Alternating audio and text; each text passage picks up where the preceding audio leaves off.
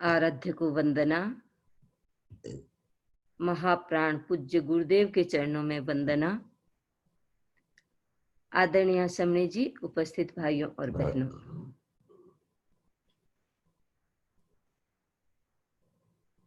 मैं अपनी बात शुरू करूं उससे पूर्व अरहंतों की स्तुति करते हैं।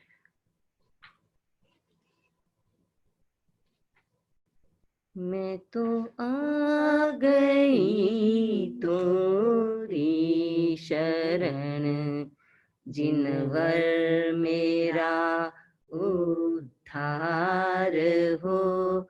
मैं तो आ गई तोरी शरण, जिनवर मेरा उद्धार हो। भव पार पाना है मुझे, मोहे साधना आधार दो। मैं तो आ गई तोरी शरण, जिनवर मेरा उद्धार हो। तुम वीर हो, तुम धीर हो, तुम ज्ञान गुण गंभीर हो। तुम वीर हो, तुम धीर हो, तुम ज्ञान गुण गंभीर हो। तप तेज जो है नभमणि, जीवन की तुम जागीर हो।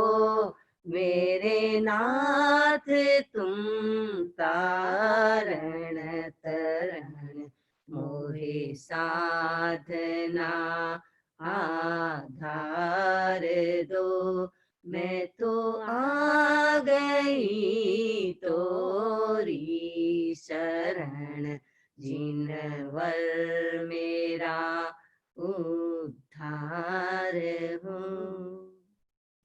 तुम दिव्य हो, तुम देव हो, तुम सिद्ध तुम ही साध्य हो। तुम दिव्य हो, तुम देव हो, तुम सिद्ध तुम ही साध्य हो। तुम चेतना की चांदनी, घट घट के तुम आराध्य हो। है शुभ तेरा ये अवतरण, मोहे साधना आधार दो। मैं तो आ गई तोरी शरण, जिनवर मेरा उद्धार हो। तुम चक्षुओं की रोशनी, मेरे कंठ की आवाज हो। तुम चक्षुओं की रोशनी, मेरे कंठ की आवाज हो। मेरे श्रवण पट पर गूंजती, सरगम के सुंदर साज हो। नत विनत हूँ तेरे चरण, मोहे साधना आधार दो। मैं तो आ गई तोरी शरण, जिनवर मेरा उद्धार हो। इस जन्म में उस जन्म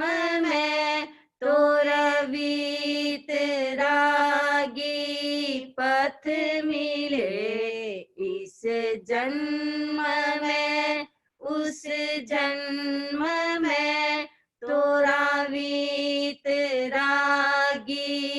पथ मिले, हर सांस में हर आस में वैराग्य के शतदल खिले, मिट जाए मेरा संसरण, मोहे साधना आधार दो, मैं तो आ गई तोरी शरण, जिनवर मेरा उद्धार हो, भव पार पाना है मुझे, मोहे साधना आधार दो, मैं तो आ गई तोरी शरण,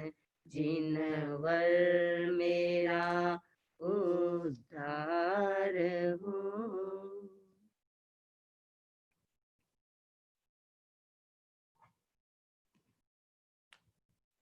हम शब्द से ज्यादा प्रभावित होते हैं, उतने किसी और से प्रभावित नहीं होते। हमारा सारा जगत शब्दमय है। भारत में एक दर्शन प्रचलित हुआ जो शब्द को ब्रह्म मानता था। अभी उसका प्रसंग नहीं है, क्योंकि अभी हम दर्शन की, फिलॉसफी की बात नहीं कर रहे हैं। अभी हम बात कर रहे हैं साधना की।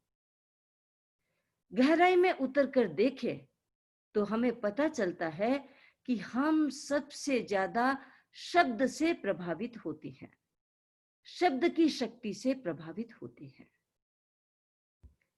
कोई हमें किस तरह का शब्द सुनने को मिल जाए, यदि शब्द अच्छे हैं, अच्छी तरंगों वाले हैं, हमारे पर दूसरा प्रभाव पड़ेगा। और यदि शब्द निगेटिव है, दूसरी तरंगों वाले हैं, उसका प्रभाव हमारे मन मस्तिष्क पर डिफरेंट, अलग से पड़ेगा।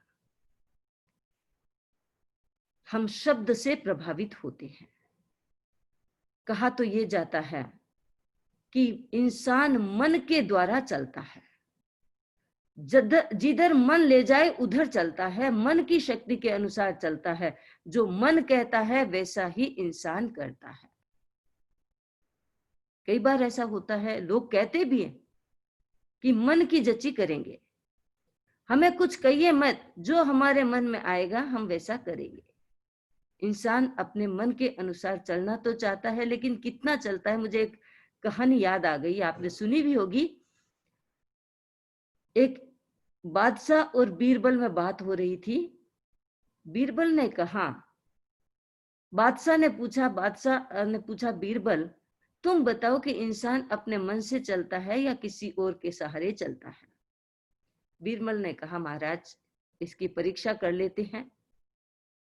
बादशाह ने कहा कि मैं तो कहता हूं कि परीक्षा हम बाद में करेंगे, पर पहले अपनी अपनी राय तो दे ही लेते हैं। तो कहा, जहां पना आप दीजिए अपनी राय पहले, आप क्या सोचते हैं। बादशाह ने कहा, इंसान अपने मन से चलता है। बीरबल का उत्तर तो हमेशा ही निराला होता था।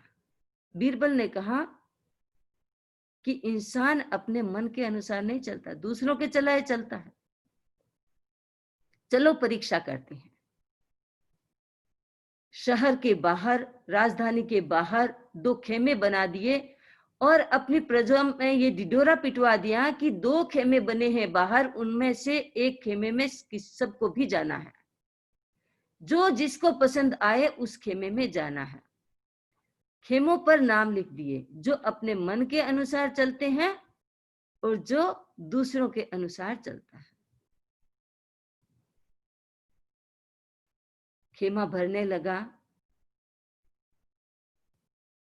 जो दूसरों के अनुसार चलता है उसके वो खेमा भरने लगा।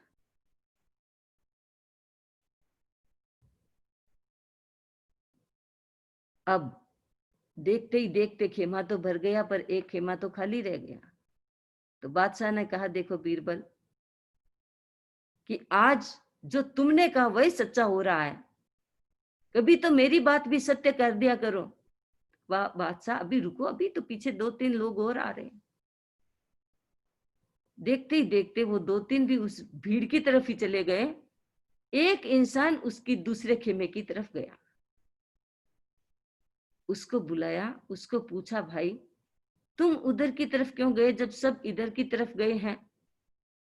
तो उसने कहा, मैं क्या बताऊं, मैं जब घर से निकला तो मेरी बीबी ने कहा कि जहां भीड़ हो वहां मत जाना, इसलिए मैं इस खेमे में आ गया। बीरबल ने कहा, बादशाह, एक व्यक्ति तो मिला जो आपकी बात को पुष्ट कर रहा है। इंसान कब कितना अपने मन से चलता है, कितना दूसरे के मन से चलता है, ये अलग बात है, लेकिन अपना मन जो है वो भी शब्दों से प्रभावित होता है। ये एक बहुत महत्वपूर्ण बात है। हमारा मन शब्दों से प्रभावित होता है। मन का क्या काम है? मन का काम है कल्पना करना, स्मृति करना, चिंतन करना, ये मन के काम होते हैं। इंसान जब चिंतन करता है, कुछ सोचता है, तत्काल उसके मस्तिष्क में शब्द की आकृतियां बनना शुरू हो जाती हैं।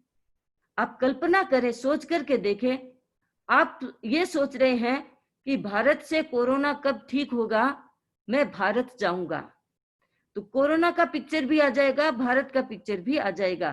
पिक्चर आएगा, उसके साथ साथ आपके उनके शब्द भी आकृतियां बन जाती हैं। हम जो भी सोचते हैं, आप किसी को याद करते हैं, शब्द की आकृति बन गई, रूप की आकृति बन गई। आप किसी से कुछ कल्पना करते हैं, किसी के बारे में, किसी से मिलने की कोई और प्लानिंग करते हैं, आपके मन में वो सारे के सारे शब्द क्रिएट हो जाते हैं। इसको कहते हैं अंतर्जल्प। इंसान मन ही मन बात कर रहा है। अपने को लगता है कि हम कल्पना करते हैं, हमें लगता है कि हम सोचते हैं, लेकिन हम अंदर ही अंदर शब्दों को, भाषा को क्रिएट करते हैं। इसको अंतर्जल्प कहते हैं। एक होता है जल्प, एक होता है अंतर्जल्प। जल्प का मतलब होता है बाहर जो प्रस्फुटित होता है, बाहर भाषा जो प्रस्फुटित होती है, और अंतर्जल्प वो होता है जो मन ही मन चलता है। इंसान जितना सोचता है उतना अंदर अंदर बोलता भी है।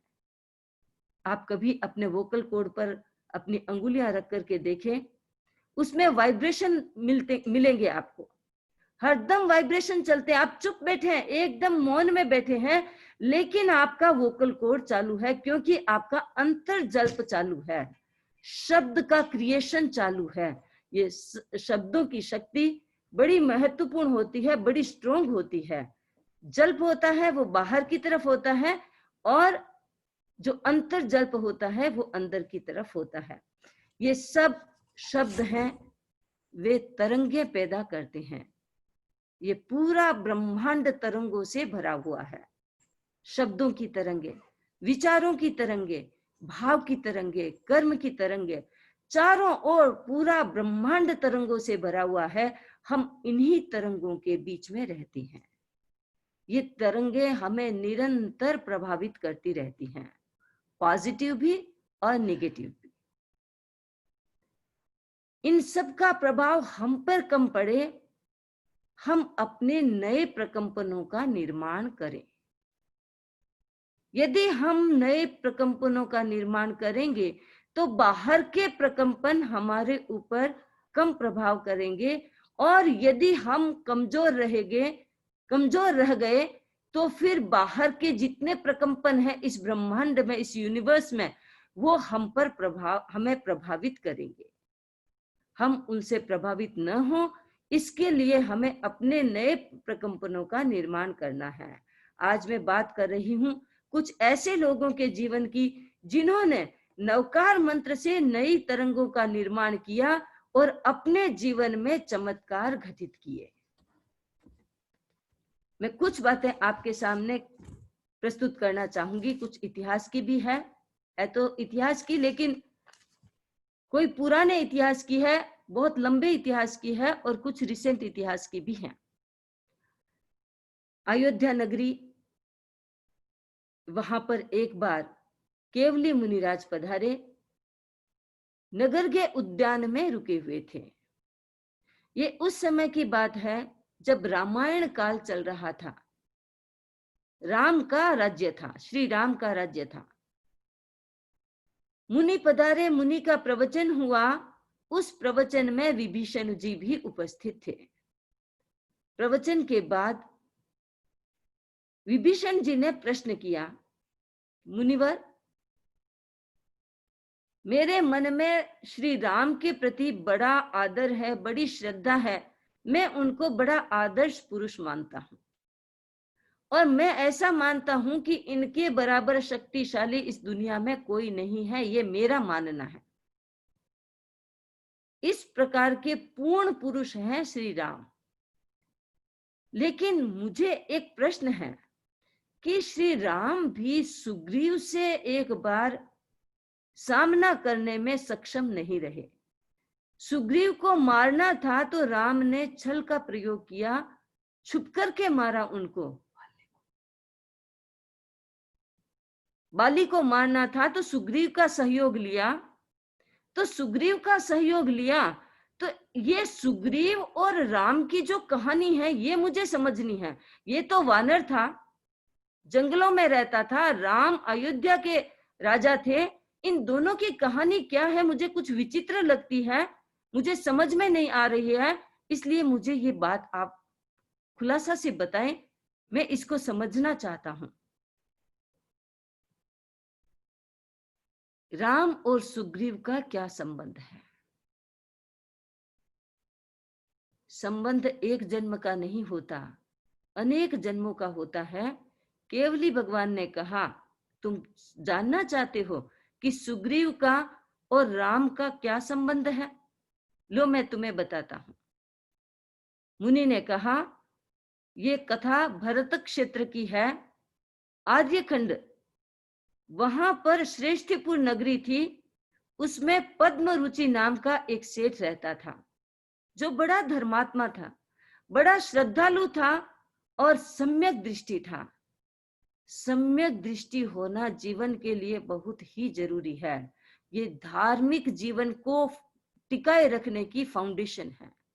जिसके भीतर सम्यक दर्शन नहीं, जो व्यक्ति सम्यक दृष्टि नहीं, उसकी धार्मिक क्रियाएं बहुत कम फल देने वाली हो जाती हैं। इसलिए धर्म के क्षेत्र में, अध्यात्म के क्षेत्र में सम्यक दृष्टि होना बहुत जरूरी है। उन्होंने कहा, केवली भगवान ने कहा कि जो पद्मनाभ था, पद्म रुचि जो सेठ था, वह पद्म रुचि सेठ बड़ा धार्मिक था, श्रद्धालु था और सम्यक दृष्टि था।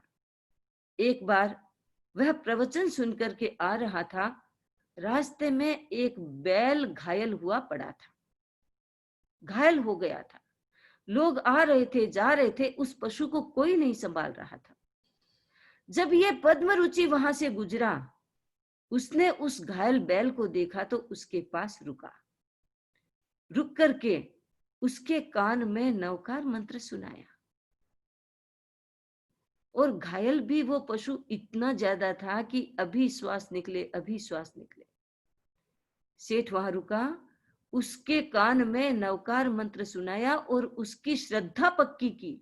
उसको कहा, देख भाई, अभी तू पशु है, मेरी बात सुन रहा है, मेरी बात समझ रहा है, तो तू नवकार मंत्र का सहारा ले, उसका स्मरण कर। मैं तुम्हें नवकार मंत्र सुनाता हूं, तू उसको ध्यान से सुन। ये 5 परमेष्टि है। इन 5 परमेष्टि का जो शरणा रखता है, वो अपने जीवन का उद्धार कर लेता है, अपने जीवन को ऊंचा बना लेता है। इस तरह की वो बात उसके कान में कर रहा था कि तू पशु है, तू बोल नहीं सकता, मैं समझता हूं, तेरे अंदर वेदना बहुत है, तू इस वेदना को सहन करेगा तो तेरे अनेक अनेक कर्म ऐसे ही झड़ जाएंगे सहिष्णुता से। और तू जिस ये जो 5 परमेष्टि का नाम है, उसका तू स्मरण कर। नमो अरहंताणं, नमो सिद्धाणं बोलता गया, बीच बीच में बात भी करता गया और बोलता गया। और ऐसा करते करते उस बैल की वहीं मृत्यु हो जाती है। वो बैल उसी नगरी में राजा के यहाँ पैदा हुआ, राजा के पुत्र के रूप में पैदा हुआ और उसका नाम हुआ वृषभध्वज। राजकुमार जब बड़ा हुआ तो एक दिन वह हाथी की सवारी करके नगर भ्रमण के लिए जा रहा था। नगर का भ्रमण करते करते वो उस जगह पहुंच गया जहां उसकी मृत्यु हुई थी। उस जगह पहुंचते ही उसके मन में कुछ होने लगा। उसने सोचा कि मेरा मन बेचैन क्यों हो रहा है, ये जगह आते ही मेरा मन बेचैन क्यों हो रहा है। उसने अपने महावत से पूछा कि ये जगह क्या है, यहाँ कुछ विशेष घटना है क्या। कहा, राजकुमार ऐसा कुछ नहीं है, आपको ऐसा क्यों लग रहा है। राजकुमार ने कहा कि मैं इस जगह आया हूं, मेरे मन में उद्वेलन पैदा हो गया है, रुको यहाँ रुको, थोड़ी देर रुको, मैं देखना चाहता हूं कि यहाँ क्या हो रहा है या यहाँ क्या हुआ है। कई बार ऐसा होता है, कोई पर्टिकुलर स्थान पर जाने से कई इंसानों को कुछ अनुभूतियां होने लगती हैं। अब उस राजकुमार को भी उस जगह कुछ अनुभूति होने लगी। वहां रुका, मन को एकाग्र किया, देखा क्या हो रहा है मेरे भीतर, क्या हो रहा है मेरे भीतर, ये क्या जो मैं देख रहा हूं, जो मैं सोच रहा हूं, जो मैं एक्सपीरियंस कर रहा हूं, अनुभव कर रहा हूं, वो क्या चीज है। अंदर जाते जाते जाते जाते जाते उसको जाति स्मरण ज्ञान हुआ और उसको पूरी की पूरी घटना याद आ गई। अरे मैं बैल था, मैं यहाँ मरा था, यही मरा था, मेरी मृत्यु हुई थी, लेकिन आज मैं राजकुमार बना हूं। मेरी मृत्यु की घटना देखो कितनी विचित्र है।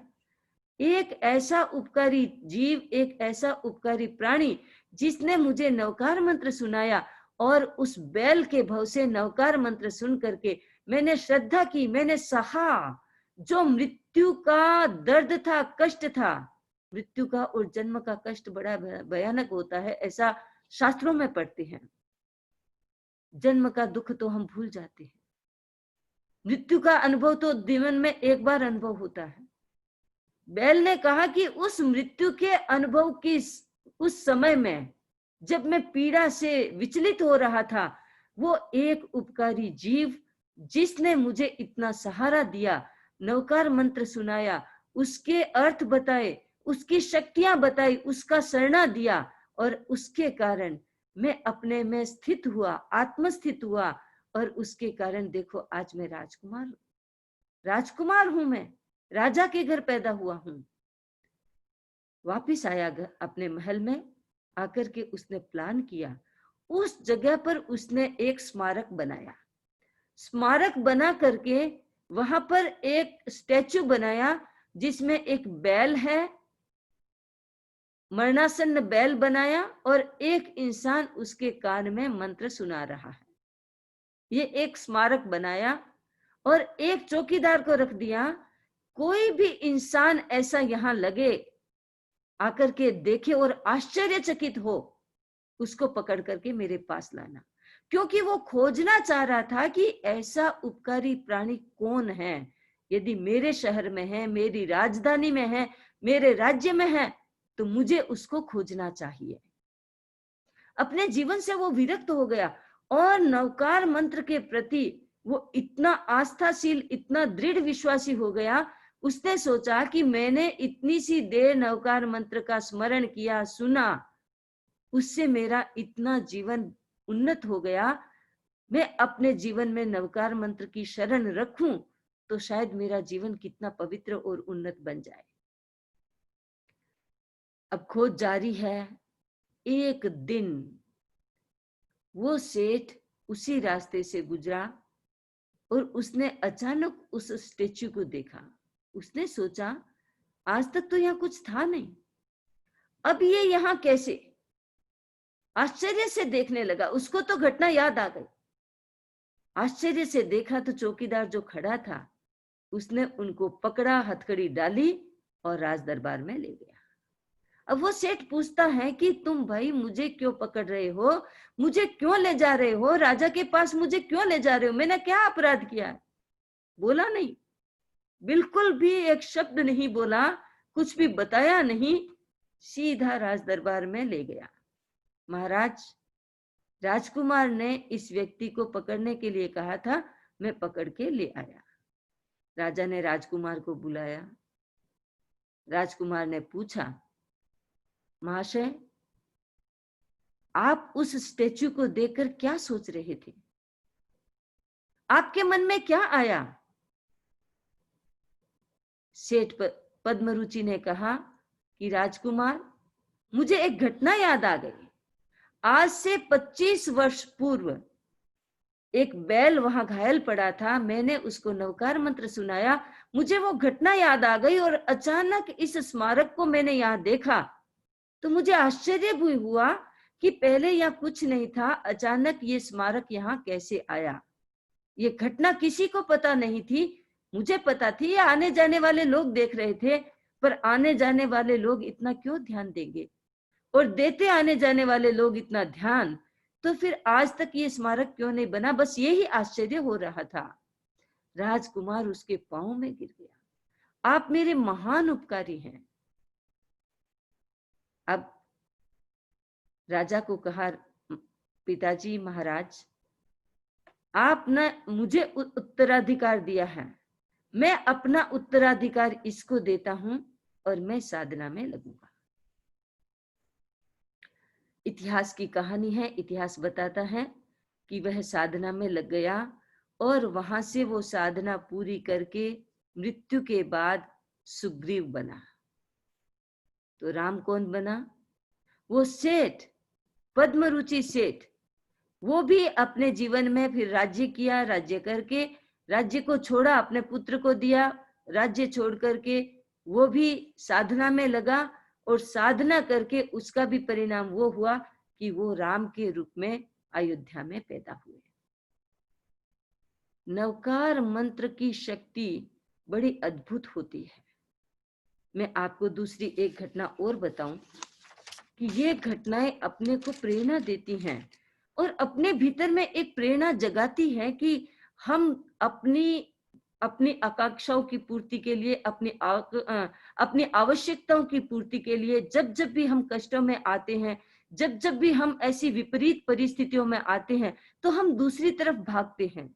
हमारे पास नवकार मंत्र ऐसी शक्ति है, उसका हम प्रयोग अपने जीवन में क्यों नहीं करते हैं?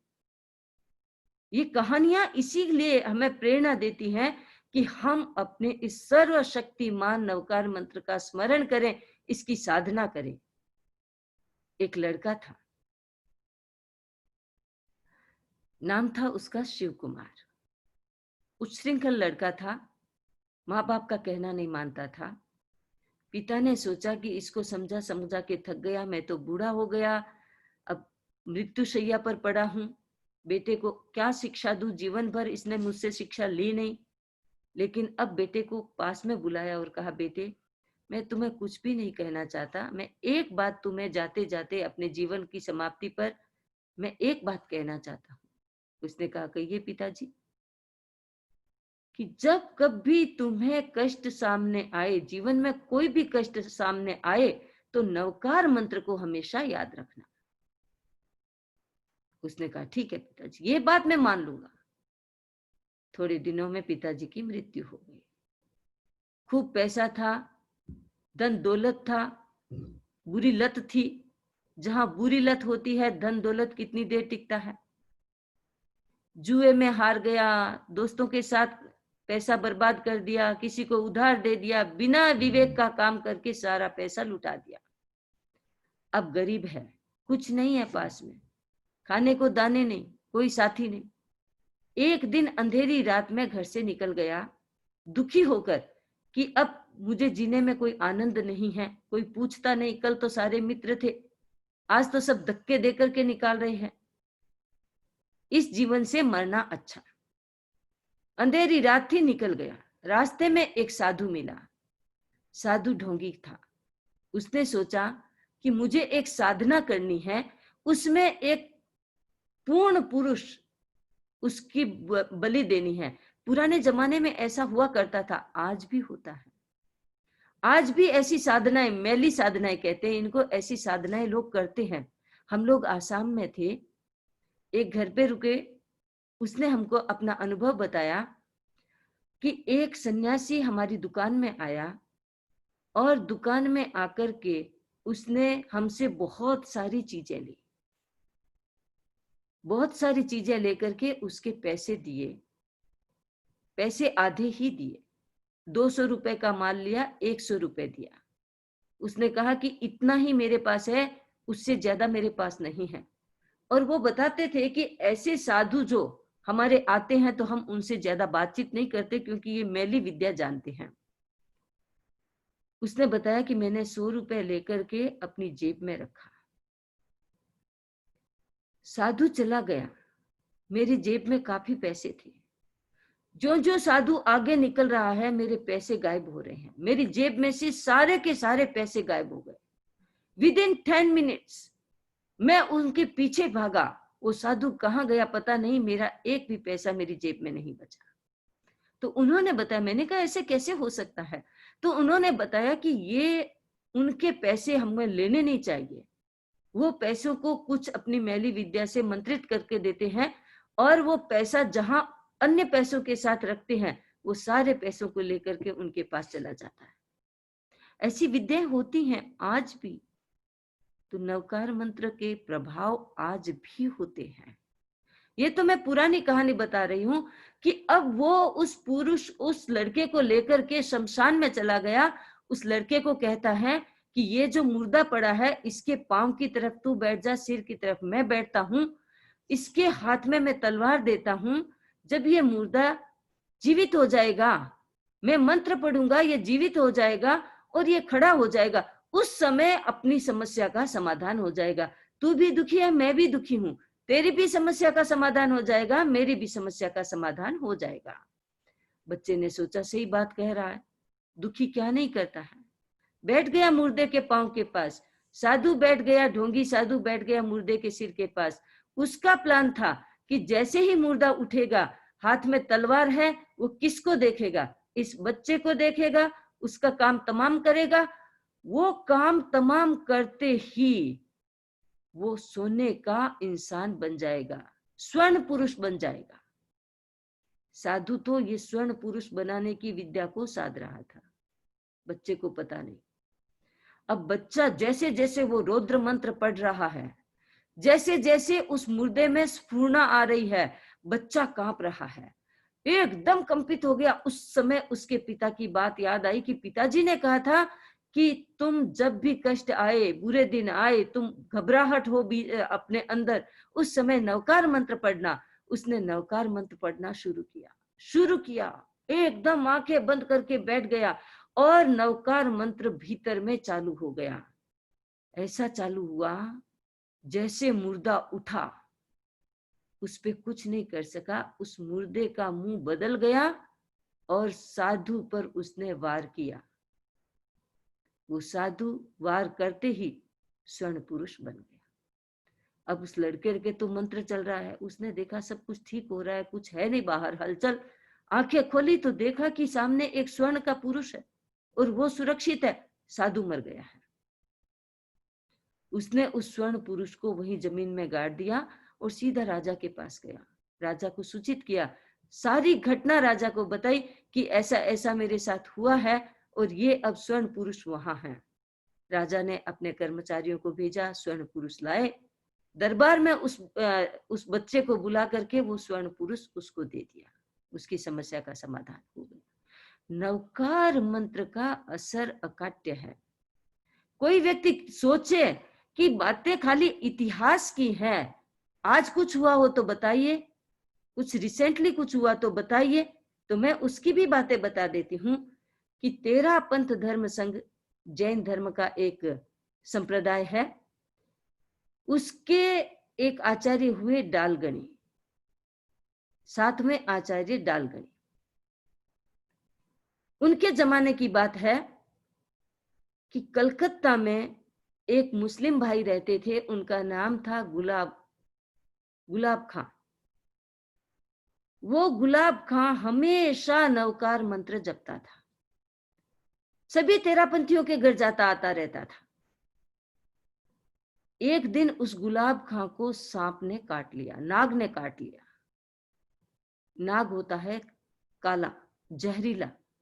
नाग ने उसको काट लिया। अब सब इकट्ठे हो गए, जिनको भी पता चलता है, मिलनसार बहुत था वो, जिनको भी पता चला सब भाग भाग करके इकट्ठा हो गए। कोई कहते हैं डॉक्टर को लाई, कोई कहते हैं झाड़ा देने वाले को लाओ, कोई किसी को बुला रहा है, कोई किसी को बुला रहा है।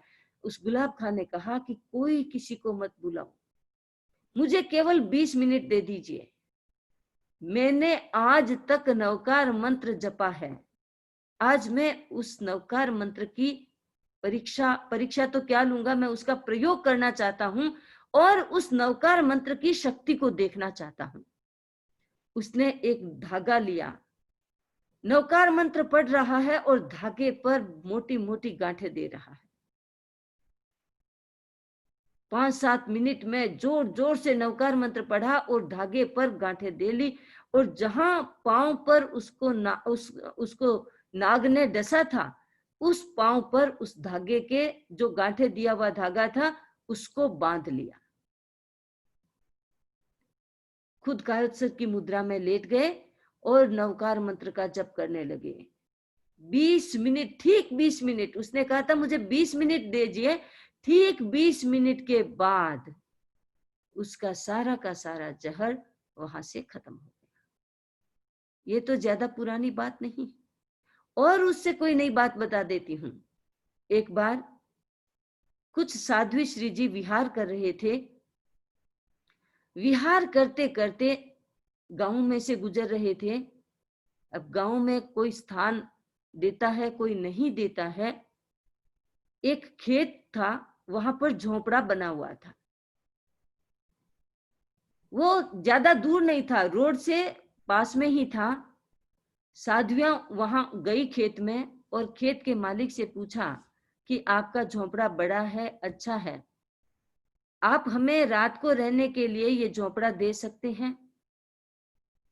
किसान ने कहा आप रहिए, कोई बात नहीं, मुझे कोई भी प्रॉब्लम नहीं है, लेकिन आप रात को यहाँ रुकेंगे, गर्मी का समय है, बहुत गर्मी है, जेठ आषाढ़ का महीना है, आप विहार कर रहे हैं, अपने चौमासे के क्षेत्र में जा रहे हैं, लेकिन मैं आपको एक हिदायत देना चाहता हूं। मैं तो रात को घर चला जाता हूं, लेकिन मैं आपको एक हिदायत देना चाहता हूं कि रात को यहां पर जहरीले जानवर निकल जाते हैं, जहरीले प्राणी आ जाते हैं, सांप बिच्छू सब आ जाते हैं यहाँ पर। आप ध्यान रखना, आपको डर नहीं लगता हो, आप यहाँ रुके, वरना आप और कहीं आगे जाकर के स्थान देख लें। सतियों ने सोचा आगे कहाँ जाएंगे, झोपड़ा बड़ा है, अच्छा है, नया दिख रहा है, और डर की क्या बात है, देखते हैं, हो सकता है कि हम यहाँ हो तो आए ही नहीं कोई। अपने मन का विश्वास होता है, श्रद्धा होती है। साध्वियां रुक गई। शाम को हिदायत देकर के किसान अपने घर चला गया। अब जैसे जैसे रात सूर्यास्त हो रहा है, गर्मी और हबसाड़ मारती है। रात को जैसे जैसे सूर्य चला गया तो जमीन भी ठंडी होने लगी, झोपड़ा भी थोड़ा ठंडा होने लगा। तो जो प्राणी त्रस्त थे, सांप बिच्छू, अब वो भी निकल रहे हैं, बाहर आ रहे हैं, क्योंकि उनको भी गर्मी में बाहर नहीं निकलना था, धूप में वो भी कहीं छिप करके बैठे थे। अब देखते हैं तो बिच्छुओं की कतार बन गई, और जिधर साध्वियां बैठी थी, प्रतिक्रमण के लिए तैयार हो रही थी, उधर वो बिच्छू जाने लगे। थोड़ी देर में देखा कि छत से, जो घास की छत सी, वहां से सांप निकलने लगे। अब जो बड़ी साध्वी थी, उन्होंने साध्वियों से पूछा, उनके साथ 4 साध्वियां और थी। बड़ी साध्वी जी ने पूछा कि देखो, तुम्हारा साहस हो तो हम यहां बैठकर प्रतिक्रमण करेंगे, तुम्हारा साहस नहीं हो तो सामने जो पेड़ है उसके नीचे जाकर हम प्रतिक्रमण कर सकेंगे। साध्वियों ने कहा कोई बात नहीं, आप हैं, आपके साथ हम हैं, हमें कोई डर नहीं है। बड़ी साध्वी जी ने कहा सभी अपने अपने ओगों पर नवकार मंत्र गिन करके चारों ओर घेरा बना दो। 5 साध्वियों के पास 5 ओघे होते हैं, हर एक के पास अपना अपना ओघा होता है। ओघा आप जानते होंगे, जो पूजने के काम आता है। वैसे ओघा वो 24 ही घंटे अपने पास रखते हैं, लेकिन जब साधु साध्वियां चलते हैं, रात को चलते हैं, तो वो पूंछ पूंछ करके चलते हैं जमीन को। वो ओगों पे नवकार मंत्र गिना और अपने चारों ओर एक घेरा बना करके प्रतिक्रमण करने लगे। साधुआं देख रही हैं, बिच्छू भी वही हैं, सांप भी वही हैं, लेकिन उन ओघों को पार करके एक भी बिच्छू अंदर नहीं आ सका। ये है नवकार मंत्र की शक्ति की साधना का चमत्कार। क्या हुआ? नवकार मंत्र से वो तरंगे पैदा हुई, वो एक ओरा बना, और उस शब्दों के माध्यम से नवकार मंत्र की शक्ति जागृत हुई, और उस शक्ति के माध्यम से जहरीले जिनावर थे, प्राणी थे, वो भी उसकी शक्ति से दूर दूर रहे। ये मन घड़ंत कहानियां नहीं हैं, ये जीवन की वो सच्चाइयां हैं जो साधु साध्वियां यदा कदा विहार करते हुए इन सब चीजों को फेस करते हैं, इन चीजों का सामना करते हैं। ये नवकार मंत्र की शक्ति है। हम अपने नवकार मंत्र को कम नहीं आंके, हर दिन कम से कम, जैसा मैंने कहा 21 बार शाम को प्रायश्चित रूप में करें, तो कम से कम कुछ, एक माला, आधी माला, चौथाई माला, जितना हम अपनी शक्ति को बढ़ाने के लिए भी करें, नवकार मंत्र के वाइब्रेशन को क्रिएट करने के लिए भी करें। हमारे जीवन में पग पग पर खतरे होते हैं। मैं बहुत बार कहती हूँ कि हमारे पास एक दिव्य शक्ति का कनेक्शन होना चाहिए। हमारी शक्ति के साथ उस शक्ति का कनेक्शन, या उस शक्ति के साथ हमारी शक्ति का कनेक्शन होना चाहिए। जिस व्यक्ति के पास ऐसा कनेक्शन है, जो डिवाइन एनर्जी के साथ कनेक्टेड है, वो जीवन की किसी भी परिस्थिति में जब गुजरता है, आता है, निकल जाता है, सेफली निकल जाता है। ऐसा हमारा दृढ़ विश्वास है। इसलिए ये नवकार मंत्र, हम इसको समझें, हम इसको सुने और अपने जीवन में प्रयोग करें। आज मैंने नवकार मंत्र के जीवंत उदाहरण आपके सामने प्रस्तुत किए हैं। कल मैं आपके सामने नवकार मंत्र के जो कंपोजिशन है, जो वर्डिंग्स है, जो शब्दों की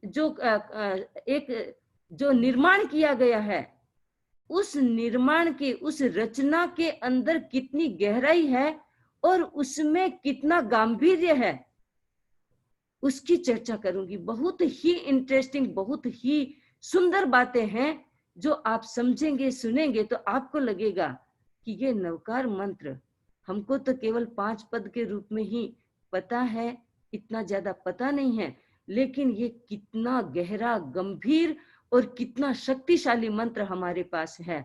तो कल की चर्चा हम उसके विषय में करेंगे। आज मैं अपनी बात यहीं संपन्न करती हूँ, और मैं मंगल कामना करती हूँ कि हम इस मंत्र को छोटा ना समझे, हम इस मंत्र को साधारण ना समझे, इसकी गहराई को समझकर इसकी शक्ति को हम अपने जीवन में साकार करने की कोशिश करें।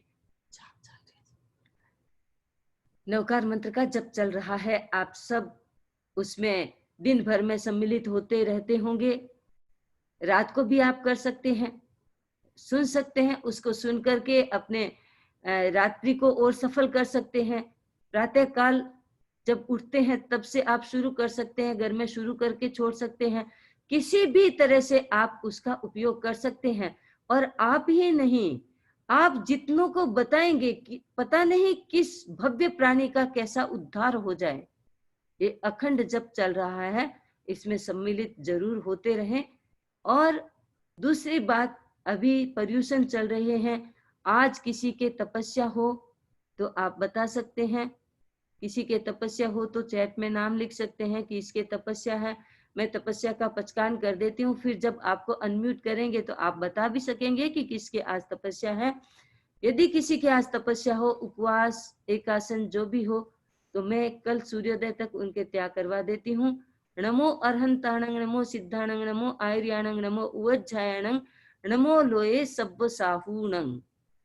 देवगुरु धर्म की साक्षी से कल सूर्योदय तक सुखे समाधि 4 आहार का त्याग है। और कल उपवास किसी को पचकना हो, एकासन पचकना हो, तो नमो अरहंताणंग, नमो सिद्धाणंग, नमो आयर्याणंग, नमो उवज्जायणंग, नमो लोये सब्ब साहुणंग, देवगुरु धर्म की साक्षी से परसों सूर्योदय तक सुखे समाधि धारणा प्रमाण त्याग है। सुबह ध्यान का सेशन होता है और ध्यान में भी बहुत सुंदर होता है, भक्तामर होता है, चैंटिंग होता है अपने जैन आगम की गाथा की, तो उसका भी आप लाभ लेते होंगे और दिन भर में अच्छा स्वाध्याय करते होंगे। श्रमण महावीर भगवान की पुस्तक आपको दी हुई है कि आप दिन भर में बैठ करके जब भी समय मिले, थोड़ा समय मिले, ज्यादा समय मिले, आप श्रमण महावीर पढ़ें, उनके जीवन को पढ़ें, उनके जीवन से प्रेरणा लें। इसी बात के साथ मैं वीर शरणम की धुन के साथ अपनी बात संपन्न करती हूँ।